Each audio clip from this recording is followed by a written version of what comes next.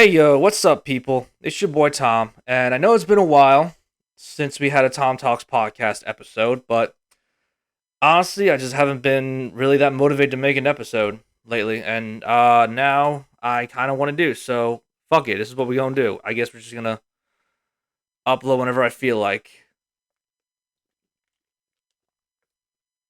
It is hot as fuck today, so I need all the water I can get. I was dying at work earlier today, so let's just get right into it. So I want to talk about E3 real quick. It seems like E3 is just getting worse and worse, like just becoming more forgettable by the fucking year. Although there are some good games coming out, like a lot of people are excited for this one, Elden Ring. So yeah, it says January 21st, 2022. But I know that ain't gonna be my kind of game. I hate the Dark Souls series, so I ain't trying to have fun. I'm not trying to get beat to death and call that fun. I'm not that much of a masochist. Xbox and Bethesda had a really great show as Starfield announced their game next year in November. So I'm looking forward to that. Even though I'm not the biggest Bethesda fan in the world, like I'm not like the biggest open world fan. Like Skyrim was okay. Fallout 4, I thought they were just both just okay, but I'm looking forward to see what they do with Starfield. I think it's like the first new project that they've done in a really long time. And I know you hear a pitch, and just real quick, I know you hear this pitch in the background. I don't know what to do about that, so we're just gonna have to fucking deal with it somehow. I'll figure it out later. Um, so let's go back to E3. Breath of the Wild 2 finally has the release window in a small trailer.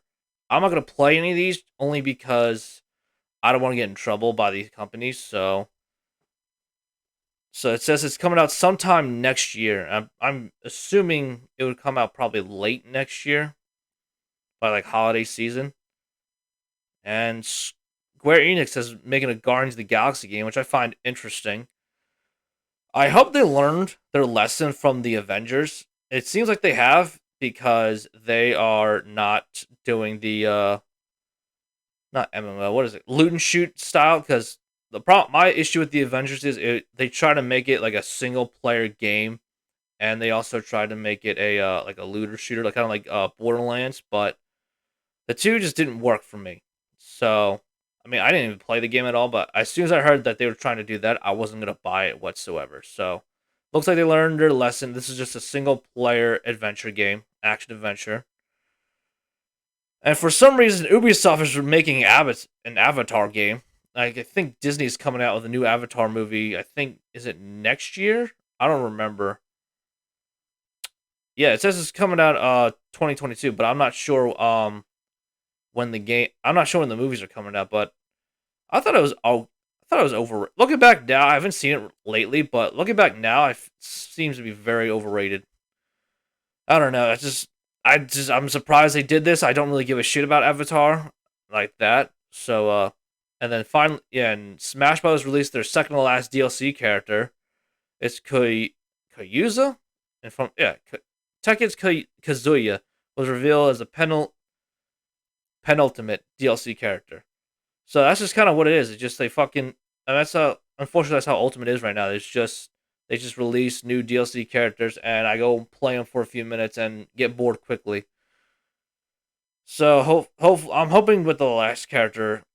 I don't know what they're gonna do with the last character. It's interesting, but Halo Infinite. They finally have a release date, holiday window this year.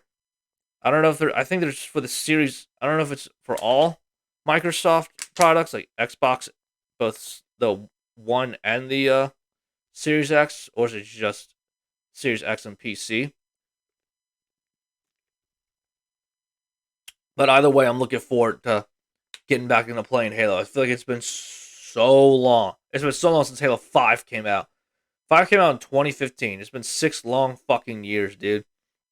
And honestly, I did not like 5's story because I didn't read the books. I didn't read I didn't read their they had like their own little TV series or whatever, and you didn't get to play most of the time as Master Chief. I think you only played like 3 missions as Master Chief. I don't remember, but probably Mario and Rabbids are getting a sequel game. I never played the first game, but I heard the first game was pretty fun. So I'm good for them. That's really all. I don't have much to say about that, but just good for them. Dishonored, Dev's vampire shooter Redfall is revealed as an Xbox and PC exclusive. I saw I saw that trailer and it looked pretty cool, but I don't know. I mean, I'm not like that into vampires. I think they're cool, but like I'm just not into them like that. But yeah, so we'll see. Borderlands spin-off Tiny Tina's Wonderland. I don't know anything about this, so let's see. Let's just see this real quick. Tiny Tina's Wonderlands is a Borderlands spin-off set in an unpredictable fantasy world, set after the Borderlands 2 DLC Assault on Dragon Keep. Wonderlands is a four-player co-op game with a world that constantly changes to fit the bunkers and badasses. Narrative spun by Tina. Ashley Burch returns to voice the fan favorite Tina alongside all-star supporting cast including Will Arnett, Andy Samberg, and Wanda Sykes. I will have to check this trailer out later. I'm not. I've only. I stopped a little bit after the first game. I'm only on like. I think I'm playing like not even middle the way through the first game, like the remastered edition. I want to get back into it because I want to play two, and I want to eventually want to play three. And what's it called, the pre-sequel, whatever the hell. So I want to get back into Borderlands. I just don't have the fucking time or energy anymore. I'm always fucking tired. And speaking of series I've been wanting to get into, Forza Horizon. I've played the first game a little bit. I haven't really played the other games. I'm not the biggest racing game fan in the world, but I do enjoy. I loved Need for Speed back in the day when I was younger, especially Underground and Underground 2. Those two were my fucking jam. I played those all the time. And then the next racing game I played was Need for Speed Hot Pursuit. Like Need for Speed was that racing franchise for a very long time until sorry about that. Until like recently, like Need for Speed haven't put out a great game in a long time, but they remastered Hot Pursuit. I've been playing the shit out of that lately, and I'm I'm also trying to play. I want to try to play Heat, so get that there whenever. Get back to that whenever I feel like it. Outer Worlds 2 announced. I'll say this is shocking to me. I only played a little bit of the first Outer Worlds game, but I did like it. I liked what I saw from it, so I shouldn't. I'm somewhat surprised, but at the same time, I'm not. But I don't know. Just I guess I just didn't really see it coming. I didn't think they would have to do that. Rainbow Six. I don't give a fuck about Rainbow Six at all. Sea of Thieves. I didn't give a shit about whatsoever. And they should have Captain Jack Sparrow in the beginning of the fucking game. Contraband. It looks like a Xbox exclusive open world game. I think it was looked like a zombie monster simulator type John.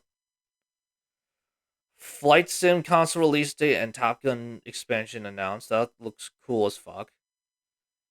So I'm looking forward to that. And Hades is a game I enjoyed very much. I played on the Switch. I loved Hades. Very tough to play, but had a fun time playing it. Finally coming to the other consoles, Xbox and PlayStation. It was a PC exclusive for a long time. PC and Switch exclusive, excuse me. That was incorrect. Even better. So let's see. In addition to Hades, Microsoft revealed a number of big third-party games and indies that hit the Xbox Game Pass at launch, including Atomic Heart, a Left 4 Dead spiritual successor, Back 4 Blood, Somerville, A Plague Tale Requiem, and promising time loop game 12 Minutes. Those looking for something to play right now can dive into Yakuza Like a Dragon, which is added to the Game Pass during this show. I want to get back into Game Pass as soon as I get the series. Whenever I buy the Xbox Series X, which probably won't be either till the end of the year or early next year, I'm going to get the Game Pass and gonna just not buy games anymore. Just play whatever's on there. Actually, I'll buy a few games like Far Cry 6, for example. That's a game I definitely plan on buying. I loved 5. 4 was okay. I loved 3. I've never played 2 or 1. But this DLC looks like to be one of the best DLCs ever. Playing as 3 of the last protagonists. Says it plans include 3 episodes that each allow you to play as one of the series' infamous villains. Episodes will delve into the minds of Far Cry 3's Voss, 4 is Penguin Min, and 5 is Joseph Seed. Gameplay is inspired by the roguelite. I can't read that word. I think it's roguelite. I don't know. Roguelite genre. I don't know what that means. Babylon Falls PS5 version announced. New gameplay shown off. Platinum Games Babylon's Fall resurfaced at E3 2020 after 2 years of relative silence. It looks like it's coming from PS5, PS4, and PC. I don't really remember Babylon's Fall, but I'll have to check that out sometime. Diablo 2, don't give a shit about. Riders Republic. It's Extreme Sports, okay. And then, Rocksmith Plus subscription service. I did remember seeing something about that about Rocksmith. I don't know. I mean, I heard good things about it. I kind of want to get back to playing a guitar again, but I don't know if I want to pay the money for another guitar. So that's enough. That's all for about E3. Scottie Pippen made the news recently. Whoa, let's relax with that. He called Phil Jackson a racist. And he called him a racist because apparently during the 1994 NBA Finals, when Michael Jordan was not playing for the Bulls, he was playing baseball at the time. He, let's see if I can actually find an article. I guess we'll call it. Let's do Newsweek. What other articles are there? USA Today, CBS Sports. Let's just do Newsweek. All right, so yeah. It's just that then head coach Phil Jackson was a racist, specifically hiding a last-second shot made in the 1994 playoffs. I don't know why he's doing this like rampage type. I guess I don't know how to explain. He seems very salty about what the. Hold on. All right, that was fucking annoying. Did not mean for that. Fuck that video. What? Hold on. Sorry about that. Can you not? Jesus fuck. My God. Sorry about that. I did not mean for that to fucking play. So yeah, anyway. Scottie Pippen, apparently he has a book coming out. He was very upset at Michael Jordan with The Last Dance. And he's now in his next thing, he's calling fucking Phil Jackson a racist. Which I don't think he is. He seems to be like a good guy. But apparently he is racist because in the 1994 playoffs, he let Tony Kukoc get the last second game-winning shot. And not Scottie Pippen. And now I want to kind of rant on this, that the word racist is just being thrown out everywhere. If you don't like someone because of a different opinion, they're racist. If you don't like a different color, they're racist. It's just, I don't know. It's just, everything is fucking racist in 2021, and I'm fucking tired of it. It's just so goddamn annoying. So yeah, it explains here that he was on Dan Patrick's show, some of the Michael era Bulls dramatics that have been left simmering since the release of The Last Dance ESPN documentary last summer. They're talking about Jackson and Pippen set on the 1994 playoff game between the Bulls and New York Knicks. Ultimately, Jackson set up the play was designed to give newly added Croatian player Tony Kukoc the last second game-winning shot. This move 27 years ago promoted Pippen to refuse to return the game altogether. Speaking of Patrick on Monday morning, doubled down on his previous accusation that Jackson's handoff Kukoc was a racial move and that Jackson was a racist. So I'm not going to play the video just because I don't want to get chance of copyright strike. But it says the dialogue here is that by saying it was a racial move, then you're calling Phil Jackson racist. Pippen says, I don't have a problem with that. Do you think Phil was? Oh yeah. It's just, I don't know. It's just, he seems very upset that he was never considered the man. He was always number 2. He's always the Robin, never the Batman, and it's tough to be in that position because Michael Jordan is is the greatest player in the NBA history. I will stand by that statement. I know I would say LeBron is the greatest athlete I've ever seen it's athletic wise, but Michael Jordan is still the greatest. He's won 6-0 in the NBA titles. So I don't know. And then a couple of people I saw one that Reggie Miller defended Phil Jackson. Now Robert Horry, he played with them. So let's see what I haven't read this article yet, so let's see what he says. See what the article says from the New York Post. Robert Horry has come to Phil Jackson's defense after Scottie Pippen accused former Bulls coach of being racist. I play for Phil. I don't think Phil's racist, he said Wednesday on Big Shot Bob podcast.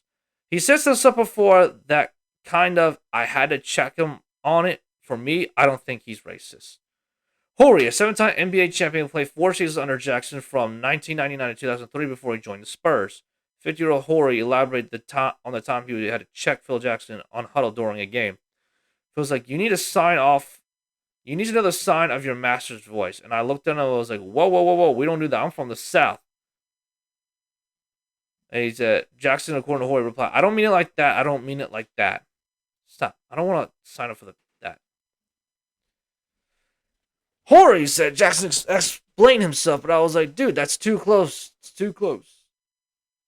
And I knew what he was trying to come across as saying, but because here in the arenas, you need to understand the person that's trying to lead you, and I understand, but there's a certain words that you can use. I was like, we're not close like that yet.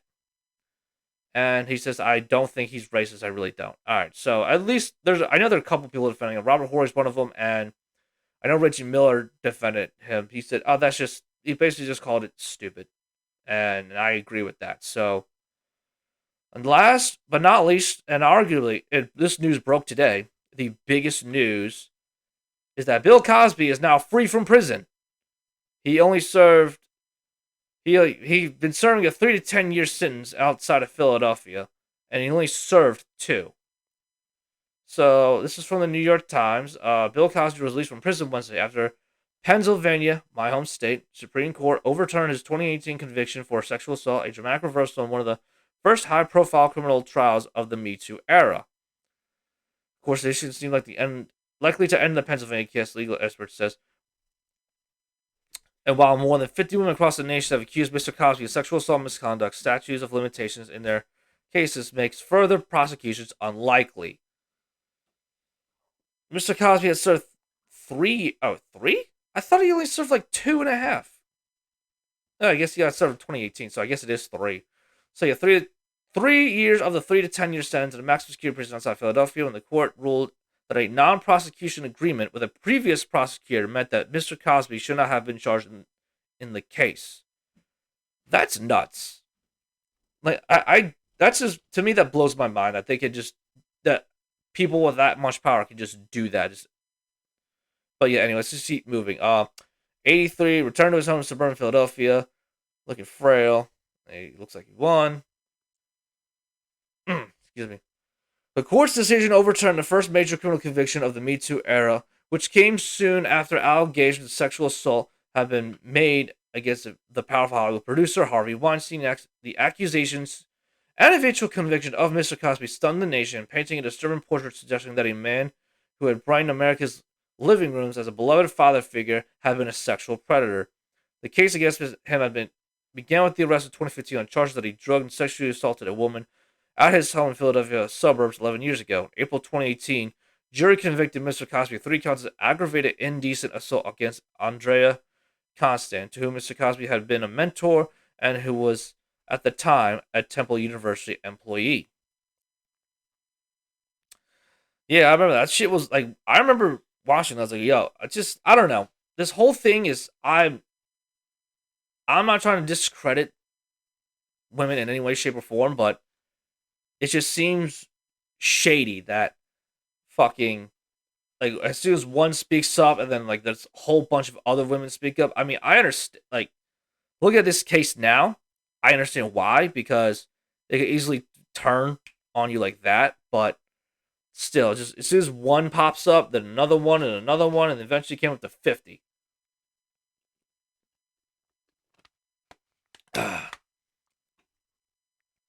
So at first she praised the guilty verdict, saying the truth prevails.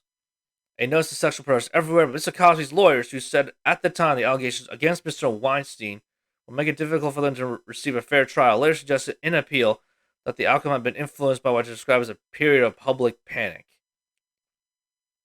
I don't know about that. Let's see. Let's see if anything important. Oh, here we go. Yeah. So this is just that's their statement afterwards. In their 79-page opinion, the judge wrote that a previous prosecutor's statement that Mr. Cosby will not face charges, which paved the way for Mr. Cosby to testify in a civil trial, meant that he should not have been charged in the case. It was a 6-1 ruling, with 2 judges of the majority dissenting on the remedy, which barred a retrial. So that's just crazy. That, in my opinion, that just I don't know how they. That's just power privilege. That's money privilege, power privilege, celebrity privilege. That you could agree to that you could agree to testify to. I guess I forget. I don't remember. I don't know the legal term. Is it fucking the prosecution saying, yeah, just agree to something like that, and then basically guarantee no jail time. So it said the case began in 05. Was investigating the case. Former DA in Montgomery County said he had given Mr. Cosby assurance that he would not be charged in the case. The former DA, Bruce L. Cassidy, announced in a news release at the time that after an investigation he had found insufficient as evidence. He later testified that he had given Mr. Cosby the assurance to encourage him to testify in a subsequent civil case brought by Ms. Constant. A civil suit she filed against Mr. Cosby was settled in 2006 for $3.38 million.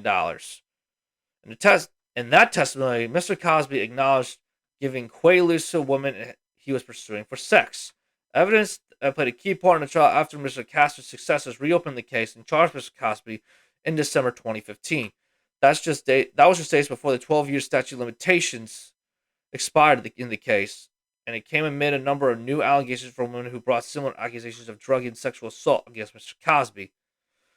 So basically, what I got from this is what they're saying is the previous DA basically guaranteed him that he wouldn't be charged for like jail time. I guess he'd be promised no jail time, and he said you had to make your statements in the civil case, and which she did, and she got her money. She won that case, got her money. And it seems like the next DA, he said, no, we're reopening this and we're going to send your ass to jail. In light of these circumstances, a subsequent decision by successor DAs to prosecute Cosby violated Cosby's due process rights. Picture herself raised fists in the air on Twitter saying, I've never changed my stance nor my story. I've always maintained my innocence.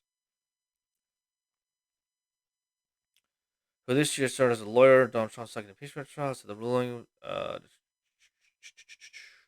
Let's see if there's anything else. But yeah, honestly, this whole thing was fucking crazy. Just, I'm shocked that this was even able to happen. Like, just off of a technicality. Like, he still raped these women. And he still got off because of a technicality.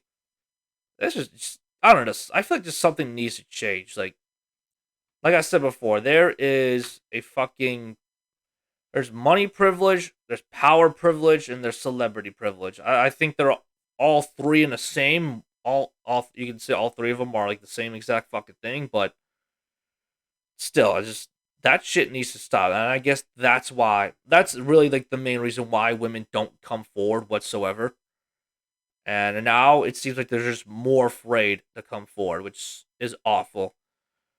I pray for the sexual assault victims today and tonight. So hopefully in the future that you'll be able to come forward with this type of thing.